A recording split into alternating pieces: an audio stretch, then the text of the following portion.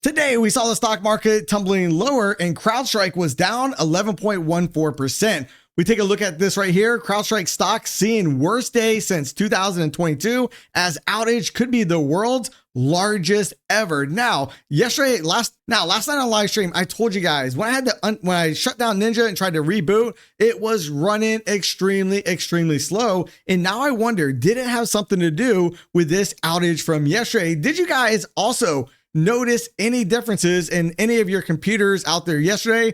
Let me know your thoughts in the comment section down below. And let's talk about why we need plan B. First, we take a look at fear and greed index. Today actually dropped only one tick. So with all the indices in the red, with the Dow being down 377 points, the NASDAQ being down 144 points, the S&P was down 39.5 points, the Russell 2000 was down 0.5%. And we look at advancing issues versus declining. 68.8% of issues were declining on the day. And this morning, I put out a video talking about stocks will rally today. Well, you know what? That simply did not happen. And we look at the VIX right here. Look at the VIX spiking up once again. Now, it only closed up around 3.83%. You look out here on the 5-minute chart. Early on, it was rallying up. Pulled back in the afternoon, a little late day pop. Now, when we come over and look at the NASDAQ, this is why I'm talking about why it's important to have plan B. This morning, I said, I think we have a very high probability of coming up towards this minus development area, even maybe value area high. And if we break above that, candle bodies right up here, and possibly this minus development area, which should act as a magnet. However, that plan did not come out like I originally anticipated, but I also gave out an alternative plan this morning. You guys watched this morning's analysis video, which I drop these type of videos each day before the market opens. I gave out the overnight value area high, point of control, and value area low. And what did I say this morning? If we get above value area high and we fail to hold above it, and we start coming back down, I need to then shift my thesis from being on the long side to looking to play the rotation all the way back down with a retest of yesterday's low. Well, we went a little bit lower than yesterday, and right here was the candle wick. We wicked above value area high, we came back down. Right there from that point on, that was a signal that, you know what?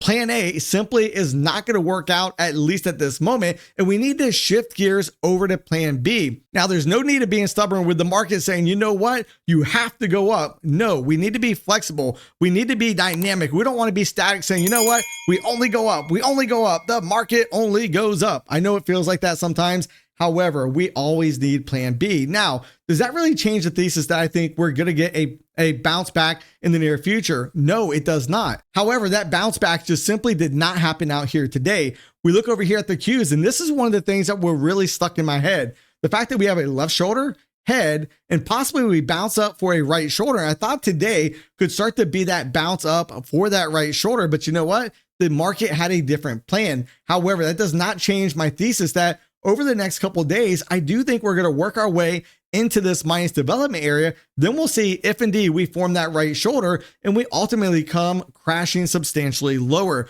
Also out here on gold, what do we see? Gold was giving it up today, down 56 points, and we're right here near the 50% retracement. Now, I warned you guys, I will not be the slightest bit surprised if we retrace to the 50 or even the 61.8 fib level, and I prefer the 61.8 fib level more so because that brings us into the meat of this composite profile where a majority of the volume has been transacted.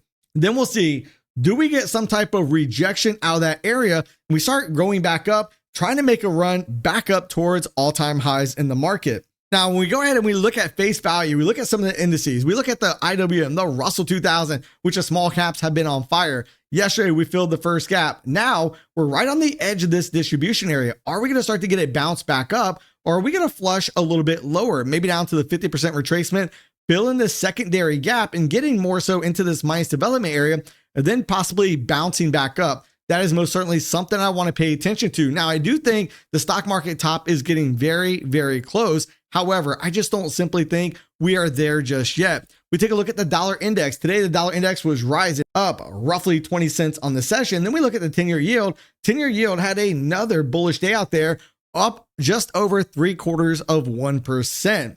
Now, when the yields rise and the dollar rises, I always warn you guys, that is always going to be a headwind out here for the stock market.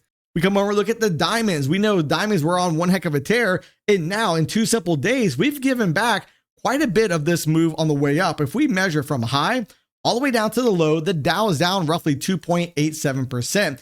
If we go ahead and measure a Fibonacci retracement from this swing low over here, and we try to measure and see how far of a retracement have we gotten, we see right now we're right at the 38% retracement, which brings us right near the other side of this distribution area. I want to see, can we make it down to 401 and then potentially turn? If not, we're probably coming right down to the 50% retracement right near this high volume node on the composite profile as well. MACD indicator is still extremely strong at the moment. And speaking of the MACD indicator, when you look at the MACD indicator on the SPY, it's been elevated, starting to roll to the downside. Then we look at the QQQs, very similar, elevated and rolled to the downside. Now the Qs have been a little bit more aggressive. And why do you think that is? Because there's only been a handful of stocks that have really been running the markets. Stocks like AVGO, which is down again today, almost 2%.